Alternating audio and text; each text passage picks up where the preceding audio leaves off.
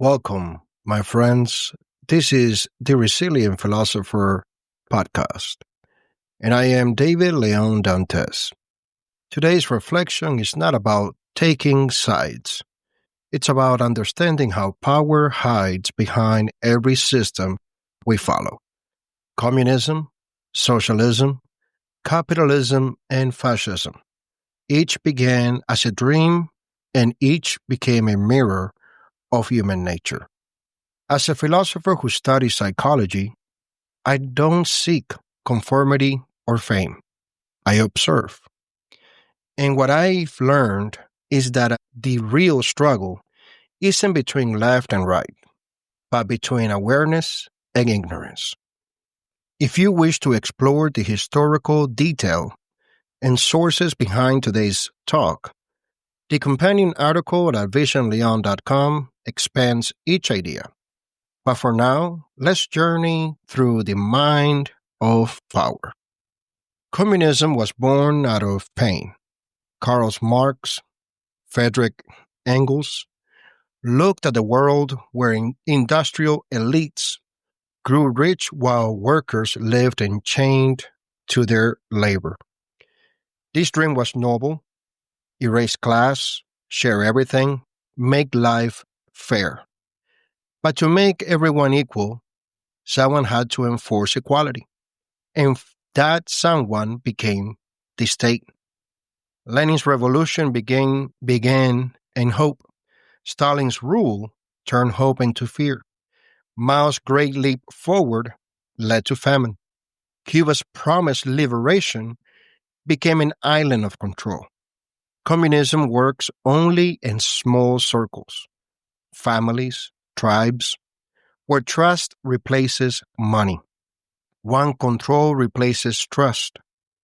Fear becomes the new currency. The first pillar of the resilient philosopher reminds us everything can be nothing, but nothing can't be everything. Communism tried to make everything collective, and in doing so, made the individual nothing.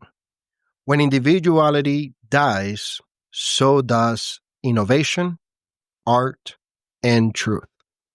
Socialism began as compassion. Thinkers like Saint Simon and Fourier believed industry should serve humanity, not enslave it. They sought equity, not sameness, but fairness adjusted to need and circumstances. Equality gives everything the same portion. Equity gives each what they require to reach opportunity. It balances compassion and contribution. In economics, equity redistributes wealth through fair wages, benefits, or taxes that support public welfare. When governments stay transparent, this model uplifts the many. When they grow opaque, it becomes control disguised as care. Scandinavia shows balance and motion. Venezuela shows how control erodes it. The second pillar teaches every day is a great day to learn something new by removing the excuses and addressing the reasons. Equity must educate, not pacify. Without learning, fairness becomes favoritism, and people become dependent instead of empowered. Adam Smith, Wealth of Nations, proposed that competition, guided by conscience, would balance society. Competition, many serving the same need, was meant to protect consumers and reward effort. And it did, for a while. Capitalism sparked innovation and lifted millions. But when competition fades into monopoly, freedom becomes an illusion. The third pillar, the Trinity of Life, teaches harmony between mind, body, and soul. Capitalism feeds mind and body, but forgets the soul. Real competition should elevate all, not exploit the weak.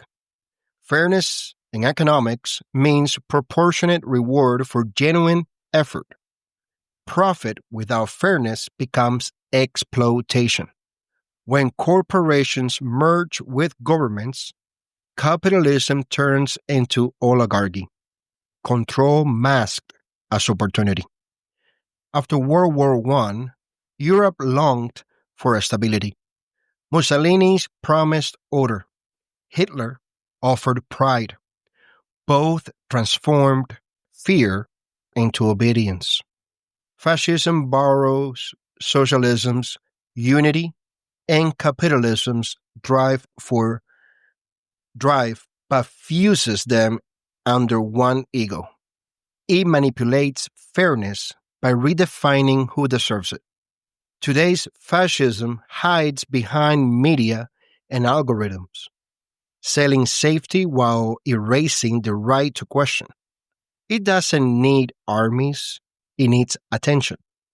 In the companion article, I explain how digital propaganda now engineers beliefs through psychology, rewards, loops, and outrage algorithms.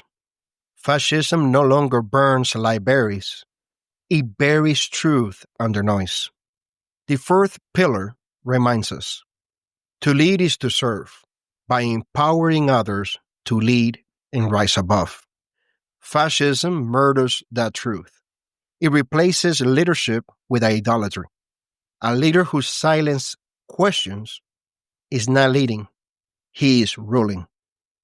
Every ideology begins in hopes and ends in hunger for control because systems magnifies human flaws.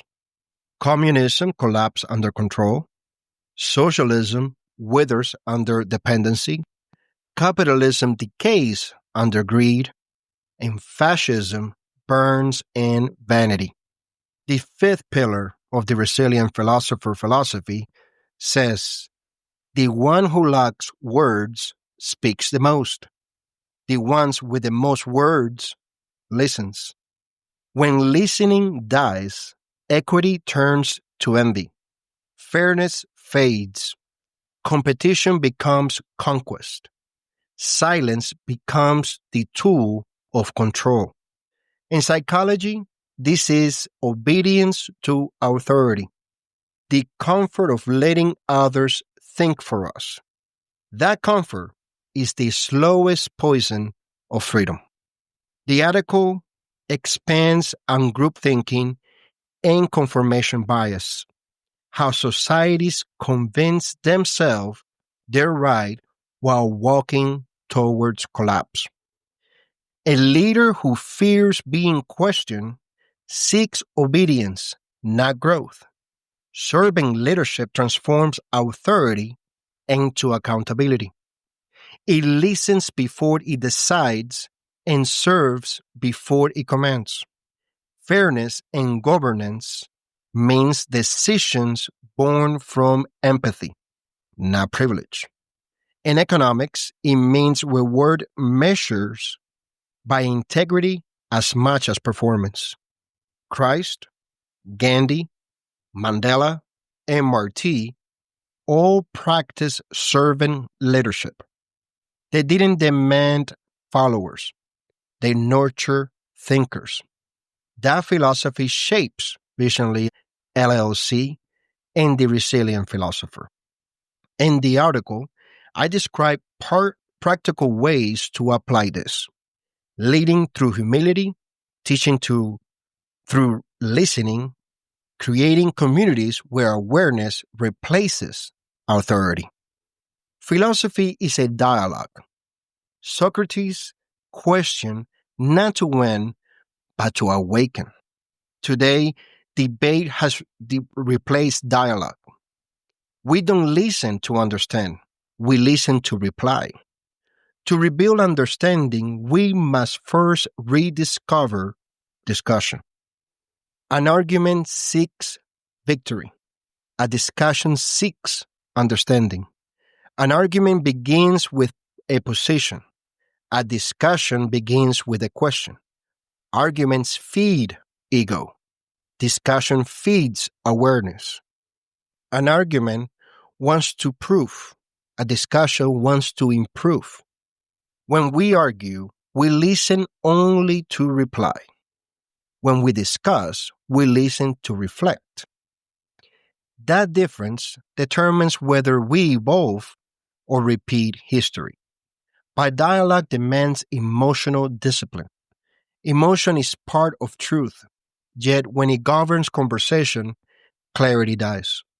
We must not reject emotion, but calm it. Transform it into an understanding.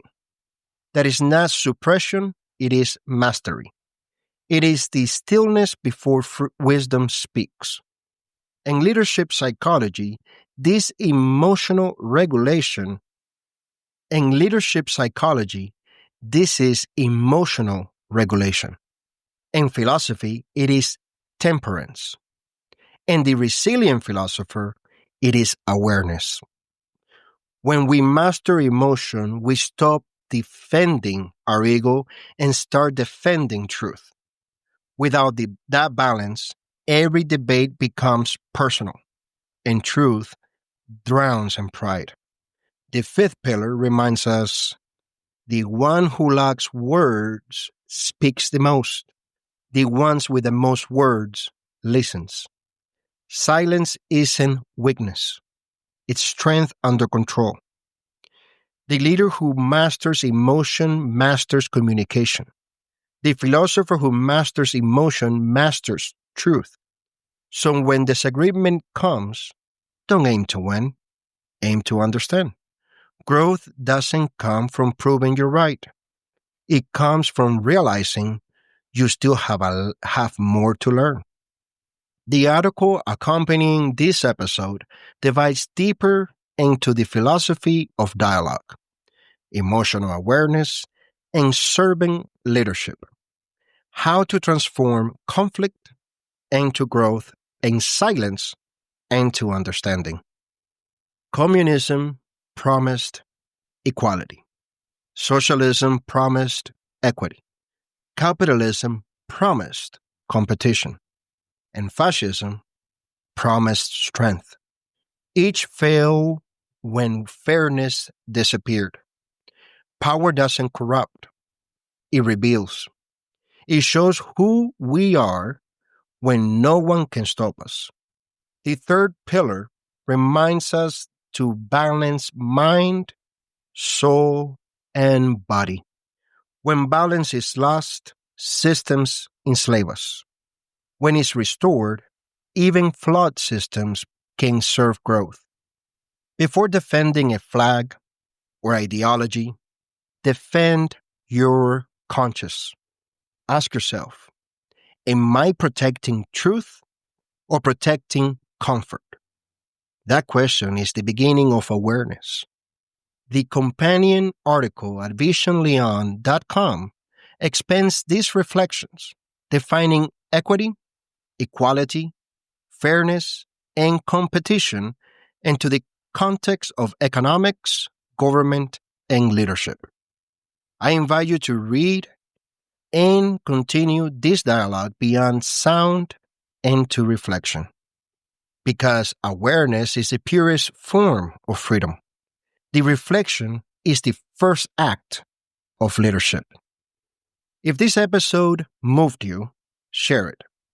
Leave a comment or question at visionleon.com or reach out to the Resilient Philosopher podcast. I'll read and answer your reflections in future episodes. Until next time, reflect deeply, lead wisely, live resiliently, and overall, always show up for yourself. This is David Leon Dantes, the Resilient Philosopher, and we will be back next week.